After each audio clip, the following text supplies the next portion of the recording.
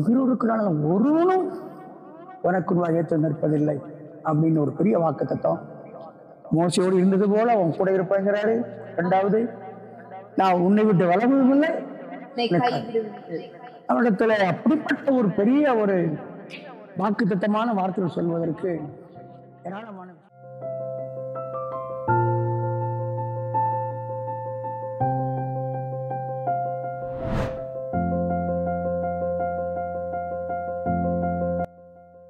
கர்த்தருடைய பரிசுத்த நாமத்திற்கு மகிமை உண்டாவதாக. இந்த கிறிஸ்துமஸ் நாளிலும் நித்திய மகிழ்ச்சி ஊழியர்களின் சார்பாக அர்த்தங்கள் என்ற இந்த நிகழ்ச்சியின் மூலமாய் உங்களை சந்திப்பதில் மிகவும் மகிழ்ச்சி அடைகிறோம். கடந்த நாட்களிலும் மோசேவை குறித்து நாம் தியானித்துக் கொண்டிருந்தோம். மோசேயானவன் எகிப்து தேசத்திலும் பார்வோனின் மத்தியிலும் அவன் ஊழியக்காரர்களுக்கு மத்தியிலும் மிகவும் பெரியவனாக இருந்தார். அவர் பெரியவனாய் இருப்பதற்கு என்னென்ன காரியங்கள், என்னென்ன குணாதிசயங்கள் அவரிடத்தில் காணப்பட்டது என்பதை குறித்து நாம் தியானித்து வந்தோம். இந்நாளிலும் யோசுவாவை குறித்து நாம் தியானிக்க போகிறோம். வாங்க நிகழ்ச்சிக்குள்ள போகலாம். ஐயா, ஸ்தோத்திரங்க ஐயா. கிறிஸ்துமஸ் தின நல்வாழ்த்துக்களை உங்களுக்கு நான் தெரிவித்துக் கொள்கிறேன். அதே போல இந்த நேரலை மூலமாக பார்க்கிற ஒவ்வொருவருக்கும் நித்திய மகிழ்ச்சி ஊழியத்தின் சார்பில் அன்பான கிறிஸ்துமஸ் வாழ்த்துக்களை தெரிவித்துக் கொள்கின்றோம். நன்றி ஐயா. இந்த நாள்ல ஐயா யோசுவா 1ஆம் அதிகாரத்தில் 5ஆம் வசனம் இப்படியாக சொல்லுகிறது, நீ உயிரோடு இருக்கும் நாளெல்லாம் ஒருவனும் உனக்கு முன்பாக எதிர்த்து நிற்பதில்லை. நான் மோசேயோடு இருந்தது போல உன்னோடும் இருப்பேன். நான் உன்னை விட்டு விலகுவதும் இல்லை, உன்னை கைவிடுவதும் இல்லை என்று சொல்லுவாங்க ஐயா. ஒரு தனிப்பட்ட மனுஷன் இடத்துல கர்த்தர் இவ்வளவு பெரிய ஒரு ஆசீர்வாதத்தை கொடுக்கிறதுக்கு அந்த தனிப்பட்ட மனிதனிடத்தில் என்னென்ன காரியங்கள் இருந்தது? அப்படி என்ன ஸ்பெஷல் யோசுவா? ஏராளமான விஷயங்கள் வேதத்தில் அவரை குறித்து எழுதியிருக்கின்றது. அது படிக்கும் போதே ரொம்ப ஆச்சரியமா இருக்கிறது. உயிரோடு இருக்கிறான ஒருவனும் உனக்கு ஏற்று நிற்பதில்லை அப்படின்னு ஒரு பெரிய வாக்கு தத்துவம். மோசையோடு இருந்தது போல அவன் கூட இருப்பாங்கிறாரு. ரெண்டாவது, நான் உன்னை விட்டு விலகுவதும் இல்லை. அவனிடத்துல அப்படிப்பட்ட ஒரு பெரிய ஒரு வாக்கு தத்தமான வார்த்தைகள் சொல்வதற்கு ஏராளமான விஷயங்கள் இருக்கிறது. முதலாவது, அவன் கடவுளுடைய வசனத்தை இரவும் பகலும் தியானிக்கிற ஒரு மனுஷனாக இருந்தான். இந்த வசனம் கடவுளுடையது, அதை அவன் தியானிக்கிறவனாக இருந்தான். யோசுவா 1ஆம் அதிகாரம் 8ஆம் வசனத்தில் வாசிக்கிறோம், இந்த நியாயப்பிரமாண புத்தகம் வாயை விட்டு பிரியாதிருப்பதாக, இது எழுதியிருக்கிறபடியாம் செய்வதற்கு நீ கவனமாய் இருக்கும்படிக்கு இரவும் பகலும் இதை தியானித்துக் கொண்டிருப்பாயா. ஆண்டவருடைய பெரிய ஒரு விஷயம் என்னன்னா, வேத வசனத்தின்படி செய்யணும். அதுதான், அதை செய்ய வேண்டும் என்றால் ஒரு மனிதன் இரவும் பகலும் வேதத்தை தியானி. அப்படி நீ தியானித்தால் நீ புத்திமானாய் நடந்து கொள்வாய், உன் வழியையும் வாய்க்க பண்ணுவாய் என்று சொன்ன கடவுளுடைய வசனத்தை இரவும் பகலும் ஒரு தியானம் பண்ணி அதன்படி செய்கிறவனாக யோசுவா இருந்தான். இன்னும் அற்புதமான ஒரு விஷயம் பாருங்கள். இந்த கடவுளுடைய வார்த்தையின்படி செய்யும் பொழுது ஏராளமான ஆசீர்வாதங்களை தேவன் வைத்திருக்கின்றார். அதில் இதுல 2 ஆசீர்வாதத்தை யோசுவா சொல்றாரு. நீ செய்கிற காரியங்கள் வாய்க்கும், அதோடு நீ புத்திமானாய் நடந்து கொள்வாய் என்று ஆண்டவர் சொல்லுகிறார். சங்கீதம் 1ஆம் சங்கீதம் 2-3 வசனத்தில் கூட வேதத்தில் இரவு மகளும் பிரியமாயிருந்து வேதத்தை தியானமாயிருக்கிற மனுஷன் வாய்க்கவான். அவன் நீர் கால்கள் ஓரமாய் நடப்பட்டு தன் காலத்தில் தன் கனியை தந்து எழுவதனாக இருக்கிற மரத்தை போலிருப்பான். அவன் செய்வதெல்லாம் வாய்க்கும் என்றார். யோசுவா செய்வதெல்லாம் வாய்ப்பதற்கு ஒரே ஒரு முக்கியமான காரியம், கடவுளுடைய வசனத்தை தியானம் பண்ணி அதன்படி செய்கிறவனாக இருந்தான் என்று பார்க்கிறோம். இந்தியா அப்போஸ்தலன் என்று சொல்லக்கூடியதான அருமையான சாது சுந்தர் சிங்கோட வாழ்க்கை படித்துக் கொண்டிருந்தேன். இந்த வேத வசனம் முழுவதையும் படித்து படித்து படித்து இருதயத்திலே பதித்து வைத்திருந்தார். ஒரு ரயிலில் போய்கொண்டே இருந்தார். நேரத்திலே ஒரு மந்திரவாதி வாய் வித்தக்காரன் ரயில் இருந்தான். அந்த ட்ரெயின் வீட்டுல இருந்து எல்லாருடைய பெயரை சொல்றான், ஊரை சொல்றான், குடும்ப வரலாறு சொல்றான். எல்லாரும் சொன்னாங்க, இந்த சாது சுந்தர் சிங், இந்த சாமியார் பேரை சொல்லையா, அவர் பற்றி சொல்லு. அந்த மந்திரவாதி சொன்னா, அவரை குறித்து சொல்ல முடியாது. ஒரு சட்டையில ஒரு வேதாகம் வைத்திருக்கிறார். சாது சுந்தர சிங் வேதாகமத்தை எடுத்து கீழே வச்சுட்டார். சொல்லி என்ன பெற்றிருந்தார். மந்திரவாதி சொன்னா, உமக்கு சொல்லவே முடியாது, ஒன்னும் பேச முடியாது, உம்முடைய இருதயம் முழுவதும் வசனமாய் இருக்கிறது. கடவுளுடைய வசனம் ஒரு மனிதன் இரவுமலும் தியானிக்கும் பொழுது அவன் செய்கிற காரியத்தெல்லாம் வாய்க்க செய்கிறார். யோசுவாவுடைய காரியம் வாய்ப்பதற்கு தேவன் அவனுக்கு அப்படிப்பட்ட வாக்குத்தத்தத்தை கொடுப்பதற்கு இந்த கடவுளுடைய வசனத்தை இரவு மகளும் தியானித்து அதன்படி நடக்கிறவனாக இருந்தான். அதான் பெரிய விஷயம். ராத்திரி பகலும் தியானிக்கிறாரு. ஆமா, தியானிச்சதெல்லாம் அவர் தியானிக்கிறதோட விட்டு விடாம தன் இருதயத்திலே வச்சுட்டாரு. அதன்படி செய்யறவனாக, செய்தார். அதான் முக்கியமான விஷயம். அதன்படி செய்யறவனாக இருந்தார். சரிங்க, வேற என்னென்ன காரியங்கள் அவரிடத்தில் இருந்தது? ஏராளமான விஷயங்கள் அவனிடத்தில் இருக்கின்றது. அடுத்த ஒரு முக்கியமான விஷயத்தை நம்ம பார்க்கும் பொழுது, அவன் அதிகாலையிலே ஆண்டவரிடத்திலே ஜெபிக்கிறவனாக இருந்தார். அதிகாலையிலே மற்ற மக்களையும் ஆயத்தம் பண்ணி யுத்தம் செய்வதற்கு ஆயத்தப்படுத்தினான். அவர்களையும் அதிகாலையிலே உற்சாகப்படுத்தினான். இந்த அதிகாலையிலே ஜெபிக்கிற ஒரு பழக்கம் இருக்க வேண்டும். இரண்டால் ஆண்டவர் கூட மோசேயிடத்தில் சொன்னார், நீ அதிகாலமே எழும்பி ஆயத்தமாகி சீனாய் மலையிலே வந்து நில் என்று சொன்னார். அதிகாலையிலே என்ன அற்புதமான விஷயம் பாருங்கள். அதிகாலையிலே அவன் ஜெபிக்கிறவனாக காணப்பட்டான். வேதத்திலே சில வசனத்தில் பார்க்கின்றோம். யோசுவா 8ஆம் அதிகாரம் 8ஆம் வசனத்திலும் இன்னும் சில வசனத்திலும் வாசிக்கும் பொழுது யோசுவா 6:15, யோசுவா 7:16 இந்த வசனங்களை கதிக்கும் பொழுது அவன் அதிகாலமே எழும்பி ஜெபம் பண்ணி ஆயத்தமாகிறவனாக இருந்தான். என்ன அற்புதமான விஷயம். ஆண்டவருக்கு தன் வாழ்க்கையில முதலிடத்தை கொடுத்தார். அதிகாலமே தேடுகிறவனாக இருந்தான். ஏற்றால் ஆண்டவர் மோசேட்ட சொன்னாரு, 34ஆம் அதிகாரம் 2ஆம் வசனத்தில், நீ அதிகாலமே எழும்பி விடியற்காலமே எழும்பி ஆயத்தமாகி சீனாய் மலைகளின் சமூகத்தில் நெல் என்றார். அப்ப அதிகாலமே தேவனை சந்திக்கும் பொழுதுதான் ஆண்டவர் அந்த மனிதனை ஆசீர்வதிக்கிறார். அகத்தான் நீதிமொழி 8ஆம் அதிகாரம் 17ஆம் வசனத்தில், என்னை சிநேகிக்கிறவனை நான் சிநேகிக்கிறேன், அதிகாலையில் என்னை தேடுகிறவர்களை கண்டடைவார்கள். என்ன அற்புதமான விஷயம். அதிகாலையிலே ஆண்டவரை தேடுகிறவனாக, அதிகாலையிலே ஆயத்தமாகி அவன் தன் கடமை செய்கிறவனாக காணப்பட்டான். அதோடு மற்றவர்களும் அந்த கடமையிலே கரெக்டாக இருக்கணும்னு நினைத்தான். இதெல்லாம் அவன் செய்வான் என்றுதான் அவனை குறித்து ஆண்டவர் பேசி, உயிரோடுக்கு நாளெல்லாம் ஒருவரும் உனக்கும் வைத்து நிற்பதில்லை, மோசையோடு இருந்தது போல உன் கூட இருப்பேன், நான் உன்னை விட்டு விலகுவதும் இல்லை, உன்னை கைவிடுவது. நம்முடைய வாழ்க்கையிலும் கூட அதிகாலமே ஆண்டவரை தேடினால் ஆண்டவர் நமக்கு காட்சி கொடுப்பது மாத்திரமல்ல, நமக்கு அப்படிப்பட்ட வாக்குத்தத்தத்தை தந்து நம்மை கனம் பண்ணுவார். தாவீது கூட அப்படித்தான் ஜெபித்தார். சங்கீதம் 63ஆம் அதிகாரம் 1ஆம் வசனத்தில் கூட, தேவனே நீர் என்னுடைய தேவன், அதிகாரமே தேடுகிறேன் என்று சொன்னார். அவனே அதிகாரமே தேடிக்கொண்டிருந்தார். சங்கீதம் 5:3 கூட, அதிகாலமே காலையிலே வந்து ஆயத்தமாகி உனக்கு நேரே காத்திருப்பேன், கர்த்தரின் சத்தத்தை கேட்பார் என்று. என்ன அற்புதமான விஷயம். அதிகாலமே நாம் ஆண்டவரை தேட வேண்டும். காலையில தேடும் பொழுது நாம் கண்டடைவோம். ஆமாங்கய்யா. இப்போ வேதத்துல மிகப்பெரிய மனிதர்களாக உயர்த்தப்பட்டு கர்த்தருக்காக பெரிய காரியங்களை சாதித்தவர்கள் எல்லாம் அதிகாலையில ஜெபிக்கிறவங்களா தான் இருக்கு. வேதத்தில் மாத்திரமல்ல, உலக பிரகாரமாக அநேக பரிசுத்தவான்களை படித்து வாசித்திருக்கின்றேன். அதிகாலமே அவர்கள் ஆண்டவரிடத்திலே ஜெபித்தபடினால்தான் உலகத்தை கலக்கினார்கள். ஜான் வெஸ்லி என்கிற கடவுளுடைய மனிதன் பதிலடி திருச்சபை உலகமெங்கும் ஸ்தாபித்திருக்கின்றார். அதிகாலமே 4 மணிக்கு எழும்பி ஜெபிக்கிறவராக இருந்தார். என்ன அற்புதம். அப்போ அந்த அதிகாலை ஜெபங்கிறது ஒருத்தர் தேவனுக்காக வல்லமையான காரியங்களை சாதிக்கணும்னா கண்டிப்பா அதிகாலை ஜெபம் இருக்கணும். ஆமா, இயேசு கிறிஸ்து கூட அதிகாலமே அவர் வனாந்தரமான இடத்துல போய் ஜெபித்தார். மார்க் 1:35 வாசிக்கிறோம். அவர் அதிகாலையிலே இருக்கோடு எழும்பி வனாந்தரமான இடத்துக்கு சென்று ஜெபம் பண்ணிக்கொண்டே இருந்தார். அந்த அதிகாலை ஜெபம் இந்த யோசுவா இடத்துல இருந்தது. ஆண்டவர் அதிகமா தேடலாம்.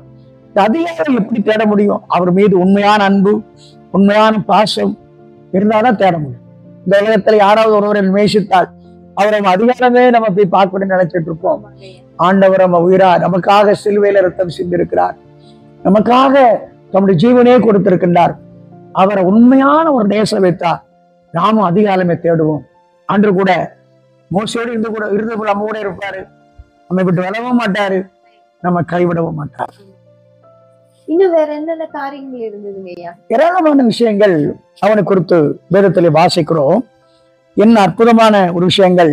முன்னதாக அவனை குறித்து வேதத்திலே வாசிக்கும் பொழுது அவன் தரிசனம் உள்ளவனாக காணப்பட்டான். ஒரு மனிதனுக்கு தரிசனம் தேவை. ஆண்டவரை குறித்து தன்னை குறித்து, இந்த தேசத்தை குறித்து, அவருடைய வாக்குத்தத்தை குறித்து தரிசனம் தேவையாக இருக்கின்றது. யோசுவா 1ஆம் அதிகாரம் 3-4 வசனத்தில் பார்க்கும் பொழுது ஆண்டவர் சொல்லுகிறார், நான் மோசைக்கு சொன்னபடியே உங்கள் காலடி மிதிக்கும் எல்லா இடத்தையும் உங்களுக்கு கொடுத்தேன். எனக்கு கொடுக்கல, நினைஞ்சல கொடுக்கல, அதுக்கு முன்ன கொடுத்தேன்ட்டார் யோசுவா கிட்ட. அப்ப அந்த தரிசனத்தை அவர் அப்படியே யோசித்தார், விசுவாசித்தார். என்னுடைய வசனத்தை தரிசனமாக விசுவாசித்தார். நீ மோசைக்கு நான் சொன்னபடி நீ காலடி மிதிக்கும் எல்லா இடத்தையும் கொடுப்பேன் என்றார். அதனால் தான் அந்த பைபிள் வசனத்தை வாசிக்கிறோம். யோசுவா 14:1 யோசுவா 11:23 அவன் தேவன் சொன்ன எல்லா இடங்களையும் பிடித்து ஜனங்களுக்கு பங்கிட்டு கொடுத்தான். ஒரு தரிசனம் நிச்சயமாகவே ஆண்டவர் தருவார். ஒரு வார்த்தை ஒரு நாள் பொய்யாகாது, அது நடக்கும். மோசைக்கு சொன்னபடி இதெல்லாம் தந்துட்டார், எல்லாம் தந்துட்டேன்ட்டாரு. அது அப்படியே நம்பினா. இப்ப ஐயா தரிசனம்னு சொல்லும் போது இப்ப நம்ம ஒரு சில காரியத்தை இப்படிதான் நடத்தணும்னு வச்சிருப்போம். ஆண்டவர் சில நேரத்துல அந்த ஒரு ஆளுக்கு இப்படிப்பட்ட திட்டங்கள் வச்சிருப்பாரு. அதை நம்ம கிட்ட சில நேரம் ஜெபித்து கேட்கும் போது ஆண்டவர் நமக்கு சொல்றாரு. இப்ப நிறைய பேர் நினைக்கிறாங்க, ஆண்டவர் எனக்கு ஒரு திட்டம் கொடுத்துட்டா, இல்ல உனக்கு ஒரு தலைமைத்துவம் கொடுக்குறேன், உன்னை ஒரு ஊழியக்காரராகவோ இல்ல உன்னை கொண்டு நான் இப்படி ஒரு பெரிய காரியத்தை செய்ய போறேன்னு சொன்னா எல்லாரும் என்ன நினைக்கிறாங்கன்னா அது நாளைக்கே நடந்துடணும், உடனே நடந்துடணும். ஒரு தரிசனத்துக்கு எவ்வளவு காலகட்டம்னு நம்மளால சொல்ல முடியுமா? அதுக்கு ஒரு காலம் வைத்திருக்கு. ஆண்டவர் ஒரு குறிப்பிட்ட ஒரு காலத்தை வைத்திருக்கு. அது வரைக்கும் அவன் பொறுமையா காத்திருக்கணும். ஆபிரகாமுக்கு ஒரு குமாரன், உன் சந்ததி இப்படி ஆசிர்வதிக்கப்படும் என்று சொன்ன. ஆனா 25 வருஷம் அவன் காத்திருக்க வேண்டியது, பொறுமையோடு காத்திருந்தான். அது சில நேரங்களில் நமக்கு கொடுத்த தரிசனங்கள் லேட் ஆகும். எனக்கு தரிசனம் என்னுடைய வாழ்க்கையிலே ஆண்டவர் ஒரு வலிமையான ஊழியக்காரனாக என்னை மாற்றுவேன் என்று தரிசனத்தின் மூலம் சொப்பனத்தின் மூலம் சொன்னார். ஆனா அந்த அவர் சொன்ன பொழுது நிச்சயமா எனக்கு ஒரு ஆசீர்வாதம் கிடையாது, ஒரு வாடகை சைக்கிள் தான் இருக்கு. ஆனா அந்த நேரத்துல சொல்லிக்கிட்டு இருக்கிறாரு, நான் அந்த தரிசனத்தை ஆண்டு சொன்னா உண்மையிலேயே என்ன கேள்வி பண்ணுவாங்க. நல்ல சட்டை கிடையாது, நல்ல செருப்பு தலைக்கு எண்ணெய் கிடையாது, நல்ல சாப்பாடு கிடையாது, நீ இந்தியா முழுவதும் சென்று ஊழியம் செய்வன்னு சொல்லி தரிசனத்தின் மூலம் பேசியிருக்காரு. யார்கிட்ட சொல்ல முடியும்? பைபிள் அறிவு கிடையாது, வேதாம கல்லூரியில படிக்கல. ஆனா இன்னைக்கு அந்த தரிசனம் நிறைவேறி இந்தியாவில் நம்ம 133 மிஸ்திரி அனுப்பி ஆண்டவருக்காக பெரிய வேலை செய்யறோம். அந்த தரிசனம் தோற்று போகாது. அந்த தரிசனம் நிறைவேற காத்திருக்கணும், விசுவாசிக்கணும். அதான் முக்கியம். உண்மையா இருக்கணும், ஆண்டவருடைய சித்தம் நிறைவேற பொறுமையா இருக்கணும், உண்மையா இருக்கணும். அநேக சில தரிசனத்தை கொடுக்கிறாரு, அவங்க பொறுமையா இல்லாம உண்மையா இல்லாம அது இழந்து போயிடறான். ஆமாங்க. இப்ப நிறைய பேர் என்ன நினைக்கிறாங்கன்னா, ஆண்டவர் எனக்கு ஒரு காரியத்தை சொல்லிட்டாருன்னா அது இந்த வருஷத்துக்குள்ள நடக்கணும். இப்போ ஒரு நியூ இயர் அன்னைக்கு நம்ம ஒரு வாக்குத்தத்தை பெற்றுக்கொண்டா அது இந்த வருஷமே எனக்கு அப்படியே பழிச்சிடணும். அது நான் ரொம்ப நாள்ல வெயிட் பண்ண முடியாது, ஏன் எனக்கு நடக்கல அப்படிங்கிற ஒரு விஷயத்தை எதிர்பார்த்து திடீர்னு என்ன பண்ணிடுறாங்கன்னா பாதியில அதை விட்டு போயிடுறாங்க. அப்புறம் நம்ம பாதியில விட்டு போறது சரிங்களா ஐயா? அந்த தரிசனம் நிறைவேறாம போவதற்கு சாத்தான் பல வழிகளில் சோதனைகளை கொண்டு வருவான், துன்பத்தை கொண்டு வருவான், பாடுகளை கொண்டு வருவான், உத்தரவத்தை கொண்டு வருவான். ஆனா அவன் தேவனோட நெருங்கி ஜெபம் பண்ணி வசனத்தை வாசித்து அவரோட ஒரு ஐக்கியத்தை விடாம பிடிக்கணும். தேவன் பொய் சொல்ல ஒரு மனுஷன் அல்ல, மனமாற மறுப்பு தரணும் அல்ல. அந்த தரிசனம் நிறைவேறும், ஆனால் அதை விசுவாசிக்கணும். ஆண்டவர் சொன்னபடி அவருக்கு உண்மையா நம்ம வாடும் பொழுது நிச்சயமா ஆண்டவர் அதை கைவிட மாட்டார். என் வாழ்க்கையில ஒரு நாள் ஒரு மோட்டார் பைக்ல போய்கிட்டு இருந்தேன். அது ராஜ்யூத் மோட்டார் பைக், ரொம்ப சத்தம், பயங்கரமா சத்தம் போட்டுட்டு இருக்கும். அப்போ ஒரு ஊழியக்காரர் அந்த சத்தத்தை பார்த்து அவர் ஒரு ஸ்டிக்கர் ஒட்டி இருந்தேன், உன் சத்துருக்களை உனக்கு முன் கர்த்தர் துரத்துவாரை ஒட்டி இருந்தேன். அந்த ஊழியக்கார் அந்த சத்தத்தை பார்த்தாரு, ஓ இந்த வண்டி வந்தா எல்லா சத்துருக்களும் துரத்திடுவாருன்னு சொல்லி அவர் அங்க ரொம்ப பயங்கரமா சிரிச்சு, அந்த சிரிப்பு எனக்கு ரொம்ப கேவலமா போயிடுச்சு. அவர் சிரித்த சிரிப்பு வெக்கக்கார போயிடுச்சு. ஏன்னா அந்த வண்டி அப்படி சத்தம் போட்டு கிடக்கும். அன்னைக்கு ராத்திரி ஒரு தரிசனம் கிடைச்சிச்சு. ஒரு புது மோட்டார் பைக்கு ப்ளூ கலர்ல நான் போய்கிட்டு இருக்கிறேன். ராஜ்யூத் வண்டி ஓசியில கொடுத்துருக்காரு ஒருத்தர். புது மோட்டார் பைக்கு யார் தருவார் அவருக்கு? அடுத்த நாள் ஒருத்தர் கூட்டம் முடிச்சு ஒரு மோட்டார் பைக் ஜோம் பண்ண சொன்னாங்க. ஜோம் பண்ணி விட்டோடனே சாவி கையில கொடுத்தாங்க. இந்த மோட்டார் பைக் எடுத்துட்டு போகட்டாங்க. நான் முந்தின நாள் பார்த்த தரிசனத்துல அந்த மோட்டார் பைக் என்ன கலர் பார்த்ததோ அதே கலர் கிடைச்சிருக்கு. தரிசனம் உடனே நிறைவேறலாம், கொஞ்சம் பொறுத்து இருக்கலாம், காலதாமதம், ஆனால் சொன்னதுதான் கொடுத்தேன்ட்டாரு. இந்த மோசகிட்ட சொன்னபடி நீ காலடி மிதிக்கும் கேச கொடுத்தேன்ட்டாரு. இன்னும் கொடுக்கல, எவ்வளவு யுத்தம் பண்ண வேண்டியிருக்கு. ஆனால் அந்த தரிசனம், அந்த வார்த்தை விசுவாசிக்கணும். கடவுள் ஒரு வார்த்தை நமக்கு சொன்னால் அது நடக்கும், அது மாறாது. என்ன செய்யாது? மாறாது. அந்த தரிசனத்தையும் அந்த வார்த்தையும் விசுவாசத்தோடு செயல்படும் பொழுது ஏற்ற காலத்திலே கடவுள் நமக்கு உதவி செய்யும். சரிங்க ஐயா, தரிசனத்தோடு இன்னும் என்னென்ன காரியங்களை யோசுவா செஞ்சாரு ஐயா? அவர்கிட்ட என்னென்ன இருந்துச்சு? நிறைய விஷயத்தை அவன் யோசுவா செஞ்சிருக்கிறான் வாழ்க்கையில. அடுத்தது அவன் தேவ சத்தத்தை கேட்கிறவனாக இருந்தான். ஏன்? தேவனோடு பேசுற ஒரு மனுஷனுக்கு தான் தேவ சத்தம் கேட்கும். அப்போ இந்த யோசுவா அதிகாரமே ஆண்டவர் தேடுறது மாத்திரம் இல்ல, வேதத்தை ரொம்ப அதிகமா தியானம் பண்ணி வாசிட்டே இருந்தான்.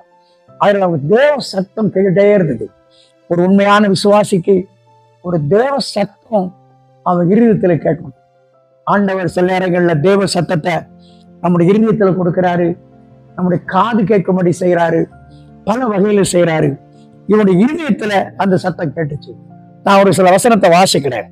யோசுவா 1 அதிகாரம் 1 வசனம், யோசுவா 4 அதிகாரம் 1 வசனம், யோசுவா 4 அதிகாரம் 8 வசனம், யோசுவா 4 அதிகாரம் 15 வசனம், யோசுவா 8 அதிகாரம் 18 வசனம். இத்தனை வசனத்தை படிக்கும் பொழுது கர்த்தர் யோசுவாவை நோக்கி, எப்படி என்ன சொல்றாரு? கர்த்தர் யோசுவாவை, அப்ப கர்த்தர் யோசுவாவை நோக்கி பேசுறாரு. ஒரு தேவ சத்தத்தை அவன் இருதயம் கேட்டான். உண்மையான ஒரு விசுவாசிக்கு, ஒரு ஊழியக்காரனுக்கு அந்த தேவ சத்தத்தை கேட்கக்கூடிய காது வேணும். ஒரு நாள் ஆண்டவரே இந்த காதை பரிசுத்தமாக்குங்க, தேவையில்லாத சினிமா பாட்டோ தேவையில்லாத சத்தங்களோ நான் கேட்க விரும்பல, உங்க சத்தம் கேட்கணும் அப்படின்னு நினைக்கணும். அதோடு அதிகாலையிலே அவன் ஜெபிக்கிறவனா இருக்கணும், வேதத்தை அதிகமா வாசிக்கிறவனா இருக்கணும். தேவ சத்தம் நிச்சயமா நமக்கு கிடைக்கும். தேவ சத்தத்தை அவன் கேட்கிறவனா இருந்தா, அதாவது ஆண்டவர் பதில சொல்லிட்டாரு, உயிரோடுக்கு நாளெல்லாம் ஒருவன் அவனுக்கு வைத்து நிற்பது கிடையாது. நான் மோசம் இருந்தது போல அவன் கூட இருப்பேன், நான் உன்னை விட்டு விலகுவதும் இல்லை, உன்னை கைவிடுவதும் இல்லை. அந்த வாஞ்சை அவனுக்கு இருந்தது. தேவ சத்தம் கேட்கணும், தேவ சத்தம் கேட்கணும்னு வாஞ்சை இருந்தது. அப்ப இன்னைக்கு நமக்கும் அந்த வாஞ்சை இருக்கும் பொழுது ஆண்டவர் சத்தத்தை தொடங்கி, என்னுடைய வாழ்க்கையில கூட தேவ சத்தத்தை இருதயத்துல கேட்டுட்டேன். இருதயத்துல சில நேரங்கள்ல ரொம்ப கலங்கி, ரொம்ப சோர்ந்து, பயந்து, நடுங்கி, இந்த ஊழியக்காரி எப்படி பணம் கொடுக்கறது, இந்த வாழ்க்கையில் இவ்வளவு பிரச்சனை இருக்க, சில நேரங்கள்ல நம்ம ஊழியத்துல சில ஆள் தவற பேசிட்டு இருப்பாங்க, நம்மளை மன சோர்வடை செய்வாங்க. நேரம் ராத்திரி தூங்காம வேதனையோட படுத்திருப்பேன், சாப்பிடாம படுத்து அழுதுட்டு இருப்பேன். தேவ சத்தம் காதல் கேட்கும், இதயத்தை கேட்கும். ஆண்டவர் சொல்லுவார், இதெல்லாம் குறித்து யார் கவலைப்பட்டு இருக்கா? இந்த சாக்கடைகள் எல்லாம் நீ நினைச்சிட்டு இருக்கிய, நான் உன் கூட இருக்கிறேன், நான் உன்னை கொண்டு வல்லமையான காரியம் செய்வேன்னு சொல்லி அந்த தேவ சத்தம் கேட்கும் போது இந்த சாக்கடையான வார்த்தைகள், மனிதன் பேசுகிற வார்த்தைகளை குறித்து நான் ஒண்ணுமே கேர் பண்றது இல்லை, இது பயப்படுறது இல்லை. அதனால தேவ சத்தத்தை யோசுவா கேட்கிறவனாயிரும். அற்புதமான விஷயம். ஆமாங்க ஐயா, தேவனுடைய சத்தம் நம்ம அதை தெளிவா வழி நடத்தும் மனுஷ சத்தத்தை விட. தேவ சத்தத்தை கேட்கணும். அதுக்கு நம்முடைய வாழ்க்கை ஆயத்தமாக்கும். மோசே தன் வாழ்க்கை ஆயத்தமாக்கி இருந்தான். ஆண்டவர் அவனை உயிரோருக்கு நாளெல்லாம் ஒருவனும் உனக்கு வைத்து நிற்பதில்லை, ஒரு பயம். மோசையோடு இருந்த போல கூட இருப்பேன், நான் உன்னை விட்டு விலகுறது போல உன்னை கைவிடுகிறது. யோசுவாவிட்டது இன்னும் வேற என்னென்ன காரியங்கள் யோசுவாவிடத்துல இருந்ததுங்க ஐயா? யோசுவாவிடத்தில் அவர் கர்த்தரையே சேவிப்பதில் அவன் உறுதியாக இருந்தான். அவன் மாத்திரமல்ல, அவர் குடும்பமும் ஆண்டவரையே சேவிக்கிற விஷயத்தில் உறுதியாக இருந்தார்கள். இது ரொம்ப ஒரு பெரிய விஷயம். யோசுவா இஸ்ரவேல் ஜனங்களை மோசைக்கு அப்புறம் வழிநடத்தி வந்துட்டே இருக்கான். பெரிய அதிசயங்களையும் அற்புதங்களையும் அவனை கொண்டு செய்யறாரு. செங்கடலை, இந்த எரிவு கோட்டையை ஆண்டவர் உடைக்கிறாரு. யோர்தான 2 பிளக்கிறாரு. அநேக 31 ஜாதிகளை அழித்து இந்த ராஜாக்கெல்லாம் தேசத்தை சுதந்திரிக்கிறாங்க. இவ்வளோ அற்புதங்களை கண்டும் கூட ஜனங்கள் அவர்கள் பின்மாறி விக்கிரக வழிபாடுகளை ஏற போயிட்டாங்க. ஆனா அந்த யோசுவா அவன் குடும்பமும் கர்த்தரை சேவிக்கிறதுல உறுதியா இருந்தான். அதை நம்ம யோசுவாவின் புத்தகம் 24 அதிகாரம் 14-15 வசனத்துல வாசிக்கிறோம். யோசுவா இப்ப சொல்றேன் பாருங்க. ஆகையால் நீங்கள் கர்த்தருக்கு பயந்து அவர் உத்தமமும் உண்மையுமாய் சேவித்து உங்கள் பிதாக்கள் நதிக்கு அப்பிரத்திலும் எகிப்திலும் சேவித்த தேவர்களை அகற்றிவிட்டு கர்த்தரை செய்வீங்க. அப்ப அது தேவர் வச்சிருக்காங்க. அற்புதங்களை அவங்க பார்த்தோம். நதிக்கு அப்புறத்தில் உள்ள தேவர்கள் எகிப்தில செய்தா வச்சிருக்கிறாங்க. இன்னைக்கு அப்படிப்பட்ட மக்களுக்கு தேவன், நான் மோசையோடு இருந்தது போல உன் கூட இருப்பேன், நான் உன்னை விட்டு விலகுவதும் இல்லை உன்னை கைவிடுவதும் இல்லை சொல்லுவான். இவன் உறுதியா இருந்தான். அவன் சொல்றத படிச்சு பார்க்கும்போது, கர்த்தரை சேவிக்கிறது உங்கள் பார்வைக்கு ஆகாததை கண்டால் பின்னை யாரை சேவிப்பீர்கள்? நதிக்கு அப்புறத்தில் இருக்கிற உங்கள் பிதாக்கள் சேவித்த தேவர்களை சேவிப்பீர்களா? நீங்கள் வாசம் பண்ணுகிற தேசத்து குடிகளாகிய எமோரியரின் தேவர்களை சேவிப்பீர்களா?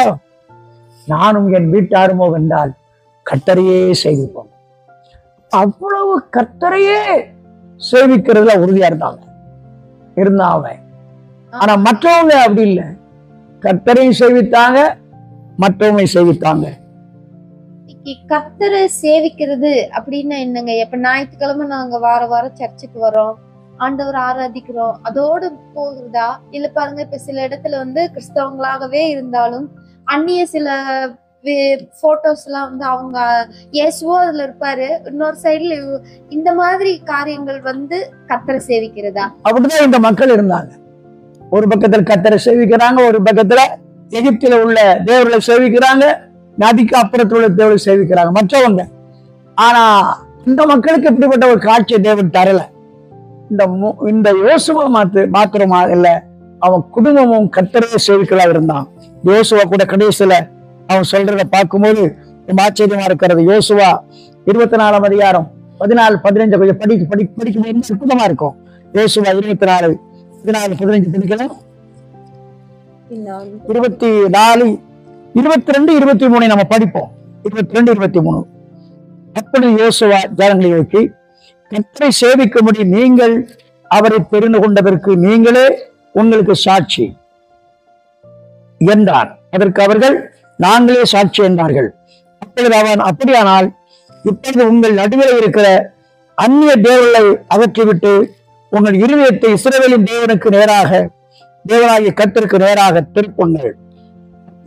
ஜனங்கள் யோசுவாவை நோக்கி, நம்முடைய தேவனை கர்த்தரையே சேவித்து அவர் நாமத்திற்கு கீழ்ப்படிவோம் என்றார்கள். அதுக்கப்புறம் யோசுவா பேசுற பிற்பாடு சொல்றாங்க, நாங்க அந்நிய தெய்வத்தெல்லாம் தூக்கி தூர இருந்து கர்த்தரை சேவிப்போம்னாங்க. ஆனா இஸ்ரவேல் ஜனங்கள் கர்த்தரே அவங்க சேவிக்கல. எகிப்தில் உள்ள தேவர்களை சேவிச்சாங்க. அவங்க புறப்பட்டு வந்த வழியில தேவர்களை சேவிச்சாங்க. அதனால ஆண்டவர் அவங்ககிட்ட பேச முடியல, அவங்ககிட்ட தரிசனம் தர முடியல, ஆண்டவருடைய வசனத்தின்படி வாழல. ஆனா இந்த யோசுவா அவன் குடும்பம் கர்த்தரையே சேவிக்கிறதுல கவனமா இருந்தாங்க. நம்முடைய சபைக்கு வர்ற ஒரு சிலர் நம்ம பார்க்கும் பொழுது கர்த்தரை சேவிக்கிறாங்க, அவர் தான் உண்மையான தெய்வம்னு தெரியும். ஆனா ஏதோ ஒரு பிரச்சனை வந்தா, ஒரு கையான ஒரு காட்சி வந்துட்டா கர்த்தரை விட்டுட்டு போயிடுறாங்க. இதனால அவங்க வாழ்க்கையில ஆசீர்வாதங்களை இழந்து பல சாபத்துக்குள்ள அவங்க போய் சேர்ந்துடுறாங்க. தேவன் அவங்ககிட்ட பேச முடியல.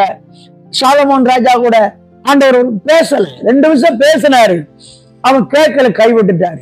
சாலமோன் ராஜா கூட அவ்வளோ பெரிய தேவாலயத்தை கட்டினா, ஆண்டவருக்கு பெரிய தேவன் என்று சொன்ன அவன், இந்த ஆண்டவர் பெரிய தேவன், நான் கட்டும் தேவன் அவ்வளவு பெருசா இருக்குன்னா.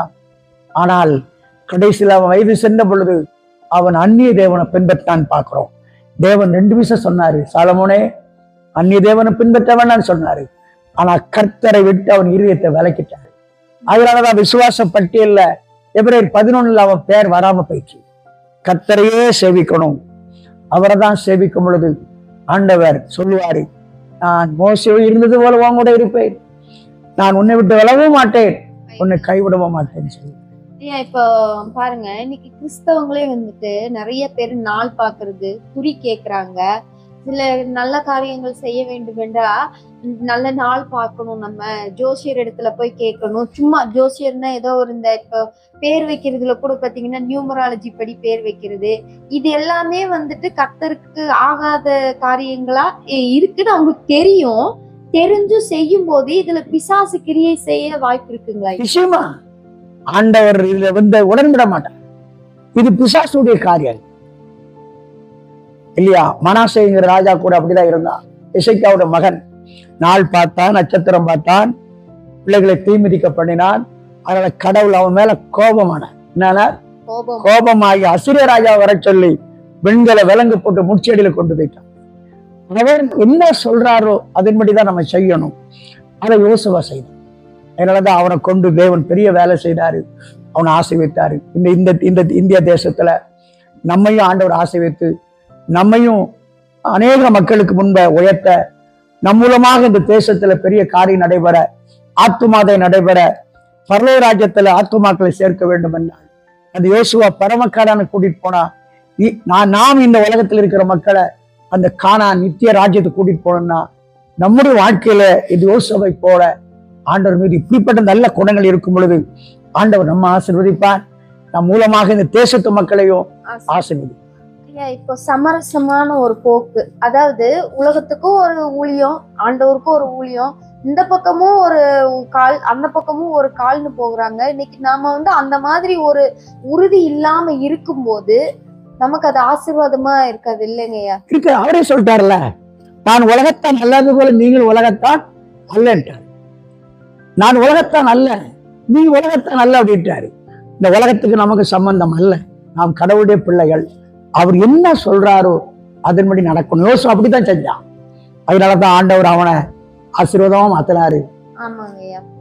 இன்னைக்கு நிறைய பேர் நினைக்கிறாங்க, நான் கர்த்தரை பின்பற்றினா, இயேசுவை பின்பற்றும் போது எனக்கு வறுமை இருக்காது, பிரச்சனை இருக்காது, பாடு இருக்காது, உபத்திரவம் இருக்காது அப்படின்னு நினைச்சு நான் என்னை சீக்கிரம் ஆண்டவர் பணக்காரர் ஆக்கிடுவாரு, நான் ரொம்ப வசதியா வந்துருவேன் அப்படின்னு நிறைய பேர் இன்னைக்கு இயேசுவை பின்பற்றுறாங்க. அந்த பின்பற்றுதல்ல ஒருவேளை அது கிடைக்காத பட்சத்துல அவங்க தவறிடுறாங்க ஐயா. உண்மையா அது அப்படி நடக்குமா? நான் ஆண்டவரை என்னை சேவிக்கணும்னா எனக்கு இந்த இதெல்லாம் கிடைக்கும் அப்படின்னு நான் அது பின்பற்றுறது எப்படிப்பட்டது நம்பிக்கை? சொல்லுது, உண்மைக்காக மாத்திரம் கிறிஸ்துவை நம்பிக்கை வைத்திருக்கிற மனுஷன் எல்லா மனிதரை பார்க்கலும் பரிதவிக்கக்கூடிய மனிதன். நம்முடைய ராஜ்யம், நம்முடைய காரியங்கள் இன்மைக்காக அல்ல, மறுமைக்காக. அப்ப இந்த உலகத்துல நமக்கு பணம் தேவை, வேலை தேவை, வருமானம் தேவையில்லை, அவருக்கு தெரியும். ஆனா அது நமக்கு ஜீவன் அல்ல. நம்முடைய ஜீவன் இயேசுதான். ஆனா இந்த உலகத்துக்காகவே நம்ம இயேசுவை பின்பற்றும் பொழுது அது கிடைக்காம போக நம்ம பின்மாறிடுவோம். ஆனா இம்மைக்காக இல்ல, மறுமைக்காகத்தான் நம்ம இந்த இயேசுவை பின்பற்றணும். அவரு சொன்னாரு, முதலாவது தேவ ராஜ்யத்தையும் அந்த நீரை தேடுங்கள், இவெல்லாம் உங்களுக்கு கூட கொடுக்கப்படுனாரு. அந்த தேவ ராஜ்யத்தின் நீரை தேடும் பொழுது இதெல்லாம் நம்ம கேட்காமலே ஆண்டவர் என்ன செய்வாரு? தருவாரு.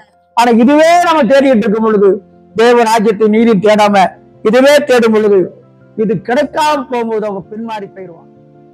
ஐயா, தொடர்ந்து நம்ம யோசுவாவை குறித்து தியானிப்போம். இந்த காணொலியில் நம்மோடு இணைந்திருக்கிறவங்களுக்காக நீங்க ஜெபம் பண்ணுகிறீர்களா ஐயா? பிரேயர் பண்ணுவோம். அன்பின் ஆண்டவரே, இந்த காணொலி மூலமாக உம்முடைய ஜீவனுள்ள வார்த்தைகளை கேட்ட அன்பு பிள்ளைகளுக்காக பாரத்தோடு ஜெபிக்கிறோம். ஆண்டவரே, ஒரு சாதாரணமான மனிதன், மோசையின் வேலைக்காரன், அந்த யோசுவாவை எவ்வளவு வல்லமையாக பயன்படுத்தினார். ஆண்டவரே, அவனிடத்தில் நல்ல குணங்கள் காணப்பட்டது.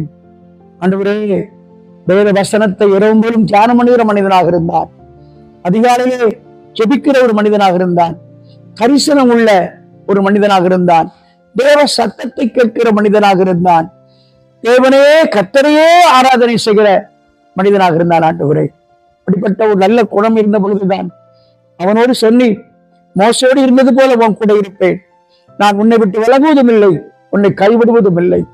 அப்பா, வார்த்தைகள் கேட்கிற பிள்ளைகளை ஆசீர்வதியும், அவளை விட்டு விடாதீரும், கைவிட்டு விடாதீரும், விலகி விடாதீரும். ஆண்டவரே, இந்த யோசுவை போல இவர்களும் உம்முடைய வார்த்தைகளை கேட்டு அதன்படி நடப்பதற்கு உதவி செய்யுங்க.